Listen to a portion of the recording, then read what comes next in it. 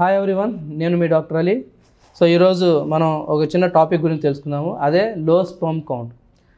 Sperm count అంటే ఏంటి, అది ఎలా తగ్గుతుంది, మనం ఈ ప్రాబ్లమ్స్ని మనం ఎలా అధిగమించవచ్చో ఈ వీడియో ద్వారా మనం తెలుసుకుందాం అన్నట్టు.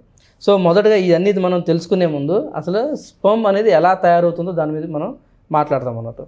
సో స్పర్మ్ అనేది ఎక్కడ అవుతుంది? స్పర్మ్ అనేది ఎక్కడ తయారవుతుందంటే మన టెస్టిస్లో తయారవుతుంది. సో దీన్ని స్పర్మాటోజెన్సిస్ అని చెప్పేసి కూడా అంటారు. సో ఈ స్పర్మ్ అనేది మన బ్రెయిన్ నుండి హార్మోన్స్ ఏవైతే రిలీజ్ అవుతాయి, ఫాలికల్ స్టిమ్యులేటింగ్ హార్మోన్ మరియు ల్యూటైనింగ్ హార్మోన్. సో ఈ హార్మోన్స్ అనేది బ్లడ్ ద్వారా మన టెస్టిస్లోకి వెళ్ళి, సో ఈ టెస్టిస్లో ఎఫ్ఎస్హెచ్ ఏదైతే ఉంటుందో అది సెరిటోలి సెల్స్, అంటే సెరిటోలి సెల్స్ అనేవి ఈ ఒక రిసిప్టార్ సెల్స్ అన్నట్టు. సో ఈ ఎఫ్ఎస్హెచ్ హార్మోన్ని బైండ్ చేసుకొని స్పర్మ్ కౌంట్ తయారవడంలో ఇది ఎక్కువగా ఉపయోగపడుతుంది. ఇంకోటి ఎల్హెచ్ అంటే ల్యూటైనింగ్ హార్మోన్. ల్యూటైనింగ్ హార్మోన్ అనేది మన టెస్టిస్లోకి వచ్చిన తర్వాత అక్కడ రిసిప్టార్ సెల్స్ ఉంటాయి అన్నట్టు. సో లైడింగ్ సెల్స్ అన్నట్టు. సో ఈ లైడింగ్ సెల్స్తో ఇవి కంబైన్ అయ్యి ఇవి మన టెస్టోస్టెరాన్ తయారు చేయడానికి అవకాశం ఉంటుంది. సో ఈ లైడింగ్ సెల్స్ కూడా ఈ స్పర్మ్ తయారవడంలో ఇది ఒక కీలక రోల్ అనేది ప్లే చేస్తూ ఉంటుంది. సో రైట్, ఇప్పుడు మనం స్పర్మ్ ఎలా తయారవుతుంది, దీన్ని స్పర్మాటోజెన్సిస్ అంటారు. ఈ స్పర్మ్ ఎలా తయారైంది ఇప్పుడు మనం తెలుసుకున్నాము. అయితే ఈ స్పర్మ్ తయారైంది మనకి బయటికి ఎలా వస్తుంది దానికి సంబంధించి మనం తెలుసుకుందాం అన్నట్టు. సో ఇప్పుడు స్పర్మ్ తయారైనది ఇదేమవుతుందంటే ఎపిడిడిమిస్ అని చెప్పేసి ఒక పార్ట్ ఉంటుంది. ఆ పార్ట్లో ఈ స్పర్మ్ అనేది వెళ్ళి స్టోర్ అవుతుంది అన్నట్టు. సో ఏదైతే తయారైన స్పర్మ్ అనేది మీకు దీంట్లో చలనం రావాలి అంటే, స్పర్మ్లో చలనం రావాలంటే ఎపిడిడిమిస్లో ఇది జరుగుతుంది అన్నట్టు. సో ఎప్పుడైతే ఎపిడిడిమిస్లో ఇది వచ్చిన తర్వాత సో ఈ స్టోర్ అయిన స్పర్మ్ ఏమవుతుందంటే వ్యాష్ డిఫరెన్షియా ద్వారా మనకి యురేత్రాలోకి వచ్చి యురేత్రా ద్వారా బయటికి అనేది ఇజాక్యులేట్ అవుతుంది. సో మొదటగా మనం చూసుకుందాము. ఇప్పుడు ఒక చిన్న దీంట్లో అసలు స్పర్మ్కి మరియు సీమన్కి మధ్య డిఫరెన్స్ ఏంటో తెలుసుకుందాము.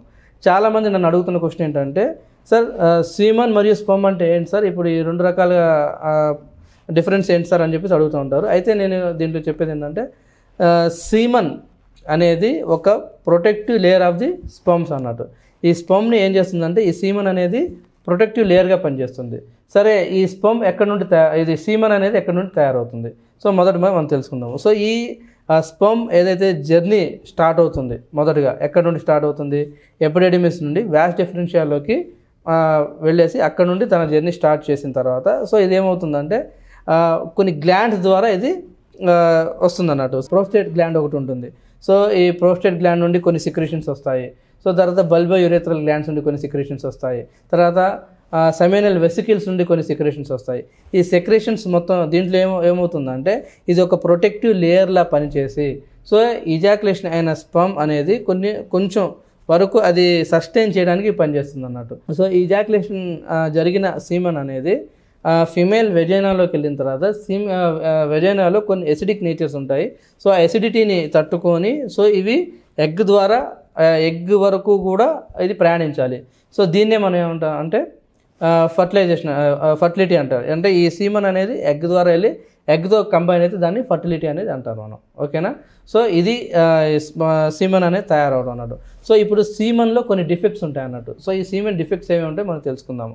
సో సీమన్లో నార్మల్గా మనం చూసుకుంటే కొన్ని రకాలుగా నార్మల్గా సీమన్ మనం డిఫెక్ట్స్ చూసుకుంటే ఏంటంటే సీమన్ అనేది తయారవ్వకపోవటము, దీన్ని మనం ఏమంటామంటే యాజోస్పర్మియా అని చెప్పేసి అంటాము.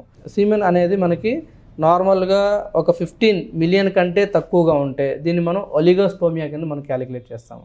సో ఇన్ కేస్ మనం సీమన్ ప్రొడ్యూస్ అయిన సీమన్ ఏమవుతుందంటే ఒక్కోసారి హెడ్ డిఫెక్ట్స్ ఉండొచ్చు. అంటే 2 హెడ్స్ ఉండటం కానీ 2 టైల్స్ ఉండటం కానీ, ఇన్ కేస్ హెడ్ డిఫెక్ట్ ఉండటం కానీ దీన్ని టెరాటోజోస్పర్మియా సో అని చెప్పేసి మనం అంటా ఉన్నాడు. దీంట్లో కొన్ని రకాలుగా సీమన్ డిఫెక్ట్స్ అనేది చాలా వరకు మనం చూస్తూ ఉంటాం అన్నట్టు. సో ఇది సీమన్ డిఫెక్ట్స్ అన్నట్టు. ఇంకొంతమంది మనం చూసుకుంటే ఏమవుతామంటే ఇప్పుడు కొంతమందిలో ఇది యాజోస్పర్మియా ఏర్పడుతుంది. సో యాజోస్పర్మియాని మనం ఎలా రోల్అవుట్ చేసుకుంటామంటే ముందుగా వాళ్ళలో ఇన్ కేసు స్పర్మ్ తయారవుతుంది కానీ అది బయటికి రావట్లేదు అంటే దాన్ని మనం ఎలా క్యాలిక్యులేట్ చేసుకుంటామంటే సో మనం ఇది అబ్స్ట్రక్టివ్ యాజోస్పర్మియా కింద కూడా మనం క్యాలిక్యులేట్ చేస్తాం అన్నట్టు. సో ఇప్పుడు అబ్స్ట్రక్టివ్ యాజోస్పర్మియాలో మనం ఎక్కువగా చూసుకుంటున్న డిసీజ్ అంటే వెరికోసిల్ అన్నట్టు. ఈ వెరికోసిల్ ప్రాబ్లం ఉన్న వాళ్ళలో కూడా మనం చూసుకుంటే ఏమవుతుందంటే ఈ స్పర్మ్ అనేది టెస్టిస్ నుండి రిలీజ్ అయినా కానీ సో వ్యాస్ డిఫరెన్షియా ద్వారా వెళ్ళేటప్పుడు ఏమవుతుందంటే ఈ మధ్యలో ఈ బ్లడ్ వెజల్స్ అనేది ఉబ్బి ఉంటాయి అన్నట్టు. సో దీని హీట్ ఎక్కువగా ఉండడం వల్ల ఈ స్పర్మ్స్ అనేది కొంతవరకు చనిపోతూ ఉంటాయి అన్నట్టు. సో మనం ఈ వెరికోసిల్ ఉన్న పేషెంట్స్ని మనం వాళ్ళు వెరికోసిల్ ట్రీట్మెంట్ చేసుకోవాలా లేకుంటే అవసరం లేదా అని చెప్పేసి మనం చూద్దాం అన్నట్టు. ఇప్పుడు వెరికోసిల్ ఉన్న వెరికోసిల్ ప్రాబ్లం ఉన్న పేషెంట్స్ ఏం చేస్తూ ఉంటారు, మొదటగా వాళ్ళకి యాజోస్పర్మియా కానీ ఒలిగోస్పర్మియా కానీ ఏర్పడుతూ ఉంటుంది. సో ఇన్ కేసు వాళ్ళు చిన్న ఏజ్ ఉన్నారు అంటే వాళ్ళకి టోటల్గా అబ్స్ట్రక్షన్ ఏర్పడిపోయి టోటల్లీ యాజోస్పర్మియా వస్తుంది, బట్ వాళ్ళకి సిమెన్ అనేది రిలీజ్ అవుతుంది. సో దీన్ని బట్టి చూసుకుంటే ఏముందంటే వాళ్ళని వెరికోసిలెక్టమీ మనం ట్రీట్మెంట్ చేసుకోవడం ద్వారా మనం దీన్ని క్లియర్ చేసుకోవచ్చు, ఇబ్బంది ఏమి ఉండదు. సో ఇన్ కేస్ కొంతమందిలో ఏమవుతుందంటే సీమన్ అనేది నార్మల్గానే రిలీజ్ అవుతుంది, బట్ అది గ్రేడ్స్ని బట్టి మనం క్యాలిక్యులేట్ చేసుకుంటాం అన్నట్టు. గ్రేడ్ 1, గ్రేడ్ 2, గ్రేడ్ 3 అని చెప్పేసి ఉంటుంది. సో ఆ గ్రేడ్స్ని మనం క్యాలిక్యులేట్ చేసుకొని ఇన్ కేసు గ్రేడ్ 3 ఉన్నా కానీ సో దాన్ని ఇన్ కేసు వాళ్ళకి ఒకవేళ వెరికోసిల్ ఉన్నా కానీ కొంతమందిలో పిల్లలు అనేది పుడుతూ ఉంటారు. సో కొంతమంది అనేది సీమన్ అనేది రిలీజ్ అవుతూ ఉంటుంది. సో దానివల్ల ఇబ్బంది ఏమి ఉండదు. సో ఏజ్ని బట్టి ఇప్పుడు ఏంటంటే కొంతమంది ఎవరైతే ఇన్ఫర్టిలిటీ ప్రాబ్లమ్ ఫేస్ చేస్తూ ఉంటారు దాన్ని మనం చూసుకొని దాన్ని బట్టి మనం ట్రీట్మెంట్ చేయడం అనేది జరుగుతూ ఉంటుంది. సో ఇది వెరికోసిల్ ట్రీట్మెంట్ అనేది జరుగుతూ ఉంటుంది. సో దీంతో పాటుగా ఎవరైతే ఇప్పుడు ఒలిగోస్పర్మియా ఉంది, యాజోస్పర్మియా ఉంది, సో వీళ్ళు ఏం చేయాలంటే ముందుగా మన క్లినిక్కి వస్తే దాన్ని మనం ఒకసారి సీమన్ అనాలిసిస్ చేయించి దాంట్లో ఎలా ఉంది సీమన్ రిపోర్ట్ ఎలా ఉంది, సో మీ హార్మోనల్ డిస్టర్బెన్సెస్ ఏమైనా ఉన్నాయా అని చెప్పేసి చూసి దాని ద్వారా మనం ట్రీట్మెంట్ చేయడం అనేది జరుగుతూ ఉంటుంది. ఎవరైతే స్పర్మ్ డిజార్డర్స్ ఏవైతే ఉన్నారో వాళ్ళు మన క్లినిక్కి వచ్చేసి ఒకసారి కలవడం మంచిది అన్నట్టు. Okay, right, thank you.